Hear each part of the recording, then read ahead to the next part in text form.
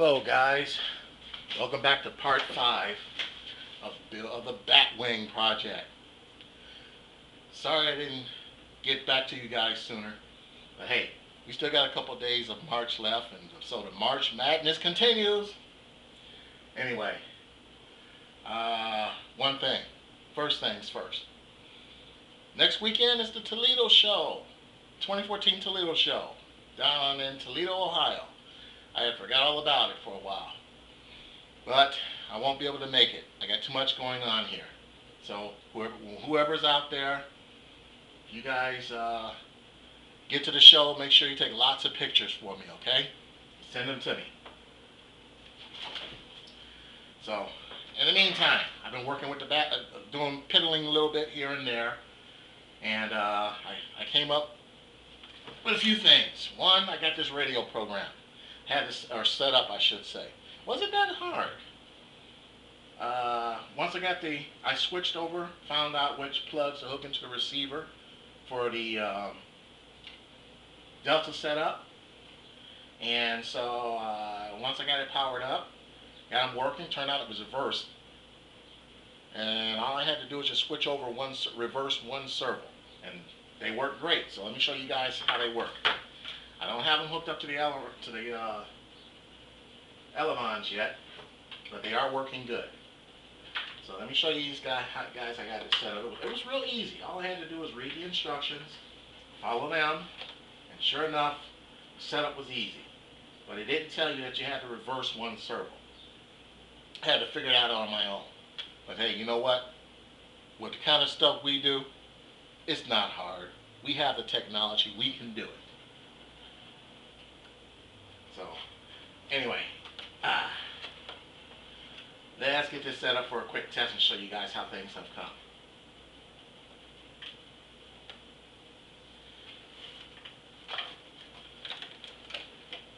Now we plug in the battery. Still got things jury-rigged here, so give me a second.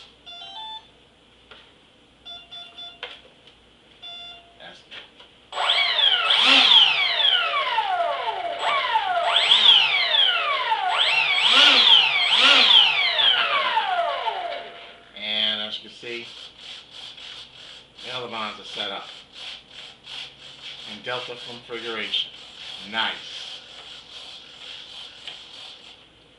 Now to make sure that I can always find the CG, I figured, because this is going to be painted black, I'm still just trying to figure out whether I'm going to go with a flat black or a gloss black. So if you guys got any ideas out there, you tell me what black to paint it. Go with flat black or make it gloss. You know, the Batmobile's on the ground, it's glossy, you know, sometimes the old one was glossy and shiny. And, but the new one's in the air, and, you know, it's stealth, because this is stealth, of course. It's going to be flat black, but, you know, we're going to do things different. So you guys let me know, okay? But, like I said, that's all set up. The receiver's bound to receiver. Receiver doesn't even have a bound plug. It has a switch on it, and you hold in the switch. Then you hold in this button here for bind, and voila! Didn't even take 5 minutes, and it was bound and ready to go. So let's disconnect that. Turn that off. Now I also figured out what I'm going to do to make mine a little different. Now let me show you here. Now on the directions, Chris Allen had, here are the plans for the wing. Now here's the side of the fuselage, which is this side here. He has an extra air intake. So I went on and cut an extra air intake in there, and I'm like, man, that looks kind of tacky. I wish I had put it back a little more, but it's a little forward, and so I'm like, man, that looks kind of tacky. You know, and we want this thing to look sinister. So I came up with an idea. To camouflage the air intake, I made more air intakes. Check this out. Let me get a little piece of tape here. Take this on so you guys can really see what it looks like.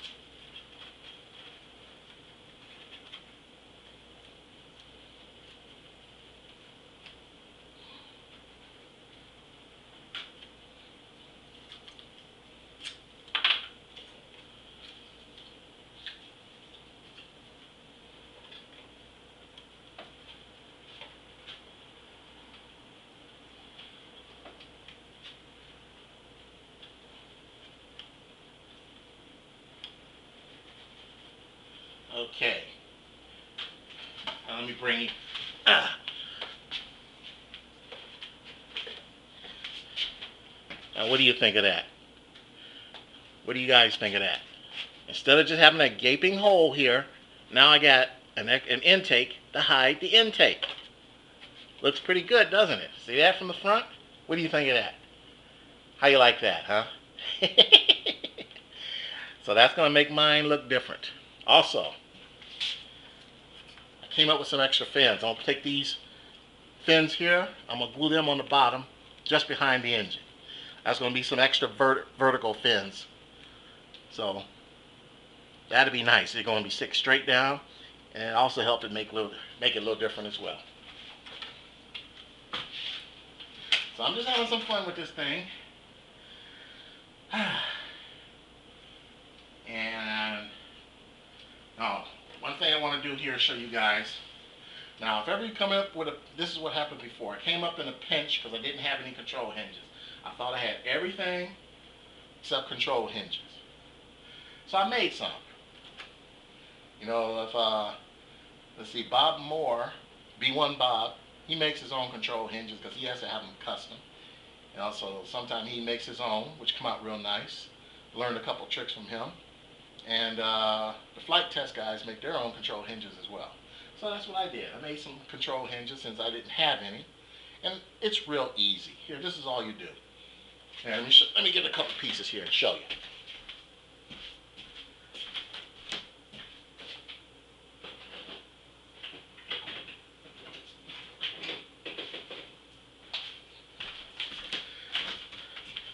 I chopped up that other piece of hardwood. All you need is some hardwood like this. You know, just some nice hard ply. You form it up. This is the first one I came up with. You know, just something like a triangle. Make some adjustment holes on it. This is the first one I came up with. Then I realized it didn't have enough bite at the bottom. You know, so this works great for park flyers, or you know, if you break a control horn, you can easily replace it with something like this. So I modified the prototype to be more like this. See, now that has more bite at the bottom. That goes inside the control surface, and all that does is stick out like that, and you got your control horn with the adjustment holes. Now, just a regular ply is strong, but I wanted mine a little stronger. So I took some of that carbon fiber tissue that I have over there, you know, and I put it across one side of it, you know, let it sit overnight. You know, all I did was to take some regular epoxy, make sure you drill out your holes first, cut it the way you want, drill out your holes, then you put the epoxy on it, lay a couple, 2 or 3 layers of carbon fiber on top, and then I took some regular plastic, you know, just plastic, like a plastic bag or something, you know, just like plastic here in the bag. Laid it across and something flat and heavy on top, let it sit overnight, and it came out great. So I'll let you see me put on this control horn so you can see just how good it is. Now, let's see, we got the glue. It's nice and hot. Now remember guys, when you're working with hot glue, it's hot, so be careful. I'll shoot some in that crevice I had cut out for the control horn. Push that in.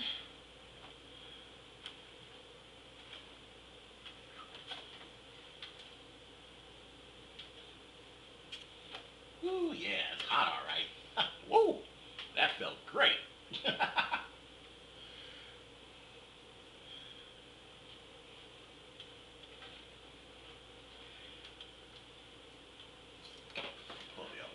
Now, one thing I did with the control horns, to make sure that the holes, the adjustment holes are right over the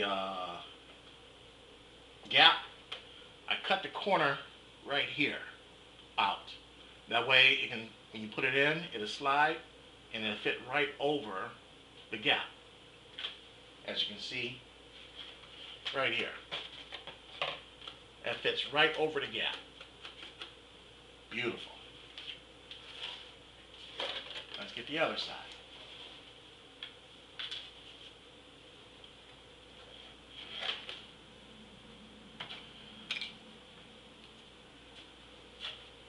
little glue in there.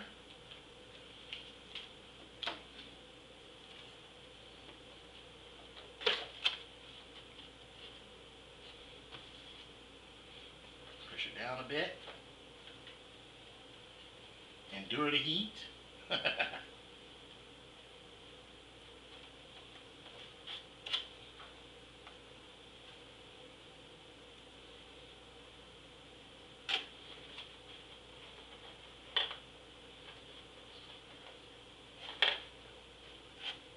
And there's your control horn. Now, I'm going to hook this baby up real quick. See how she works. It don't take long for it to, once it sets, it's all just about dry. Huh.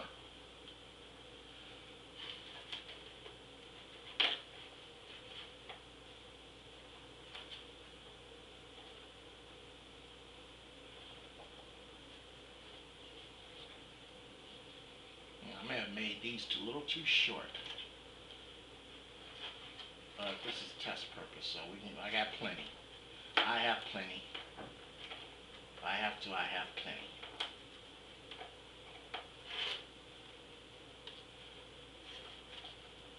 I always seem to have control horns all over the place.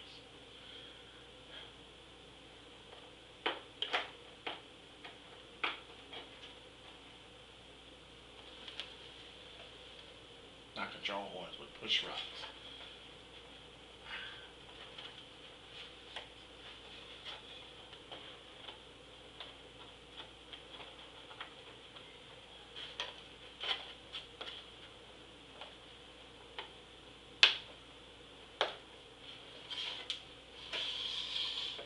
I even got the piece of fuel line on there to lock it in place. So I didn't forget that. Alright, now let's hook this baby up again. Turn the radio on.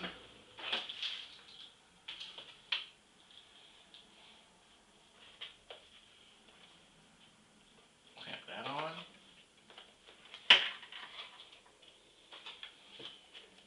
I haven't ordered my batteries yet. That's why I'm hooking, I got these clamps on here hooking it to the other battery that I do have, the 1800 with the 3 cells.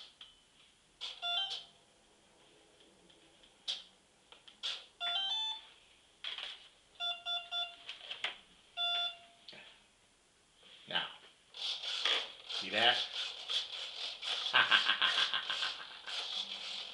Oh yeah. And it's already set in the right direction too.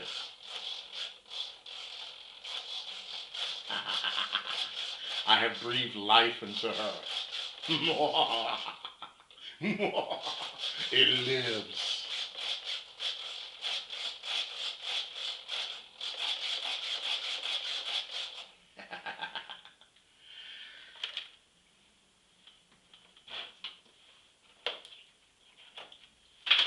Okay, now, like I said, I'm going to cut a hood up in here where we get a hatch. We'll be able to get to the battery. That's why these are still long, because when the battery gets here, I see how much length it's going to have on the plug, because I got some plugs over there. And I'm going to plug them, I'm going to put the plugs on the end of here, the plugs that match the battery. And so I was thinking about that, and I'm like, man, that's going to block off a lot of air going up in here. It'll be able to cool things off, but it's going to block some air to the intake. So that's why I went on and cut those intake holes, and so I said, man, they look so tacky. So that's why I did that. Intakes to cover the intakes. And let's see. We're going to go ahead and glue those down since my glue gun is hot. Since my glue gun is hot, we're going to go ahead and glue that down. I'll move this tape out of the way.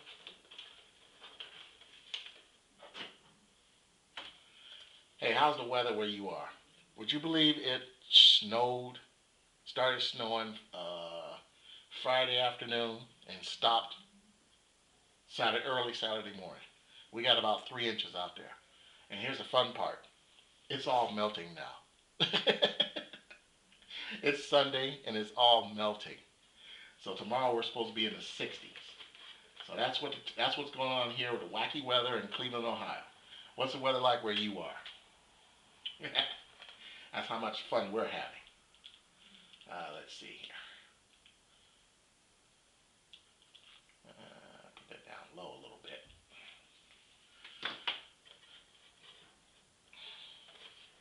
Don't want it to sit all the way to the top.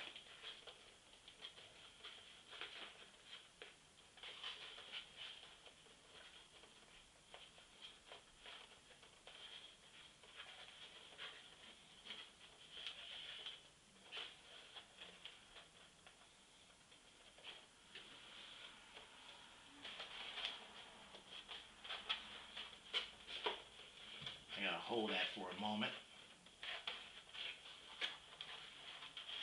so that it sets.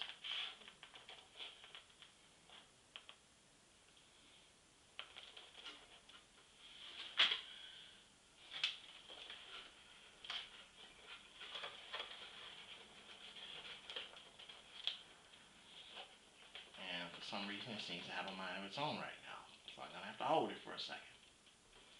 That's why I put those fins back on with tape so that I can get all this set the way I want it. Now I had to make sure that I put those servos in the correct place. They're just behind the CG. So when I get ready, it'll be easy for me to find my CG again because it's going to be an all black plane.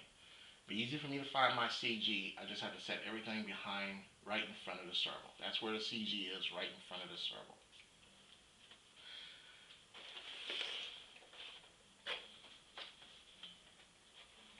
Alright. Now let's get this one.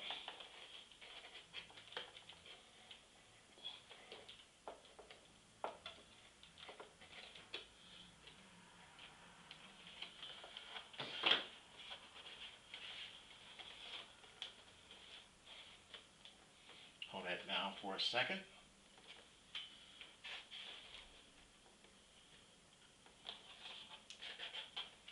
I put a little bit of a curve into those intakes just to make it look give it more like a little definition, you know.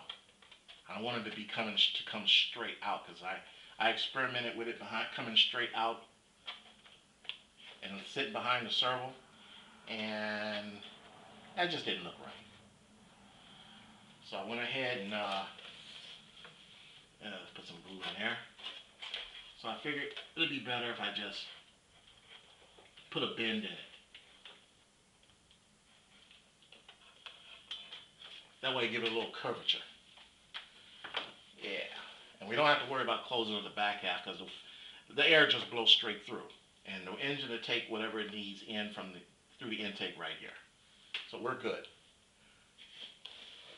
That's one side.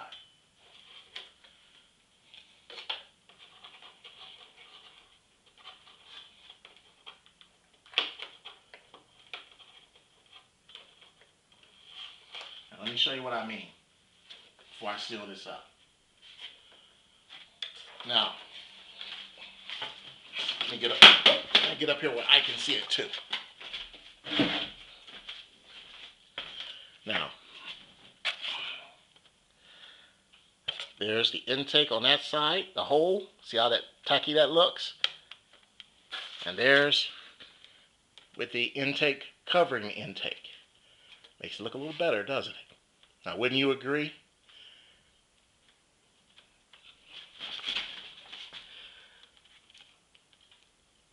A hole in the side for intake. Intake covering the intake. Doesn't it look a little better? A lot better?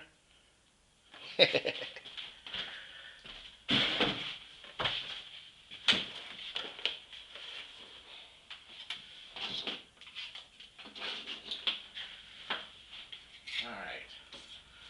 Now, let's get this in place.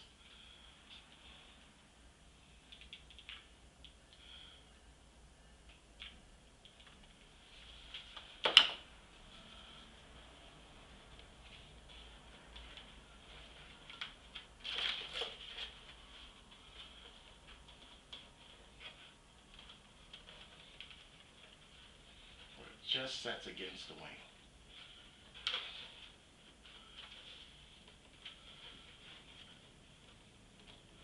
guys had a chance to check out Chris Allen's stuff, check it out. I know you'll like it.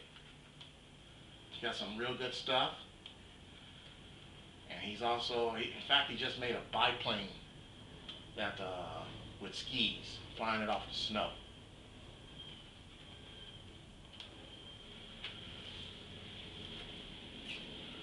Alright, let that dry. In the meantime, put a little more up in here.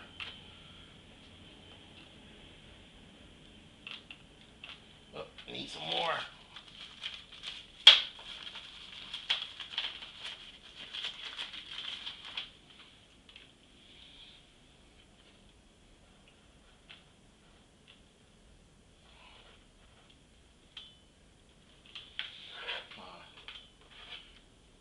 It just looks a little tacky now, but once you put the paint over it, it'll be fine.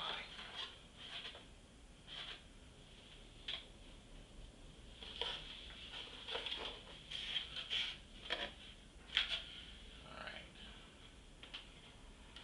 Let's get this in. Tag it down there a bit.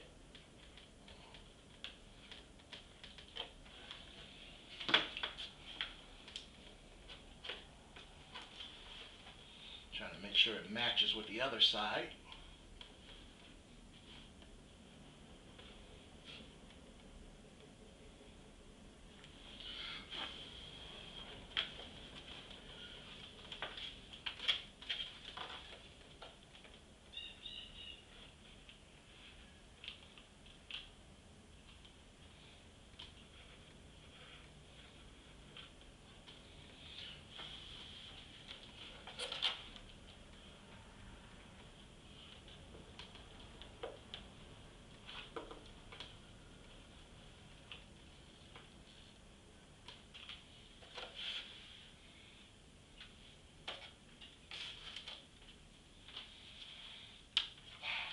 There we go.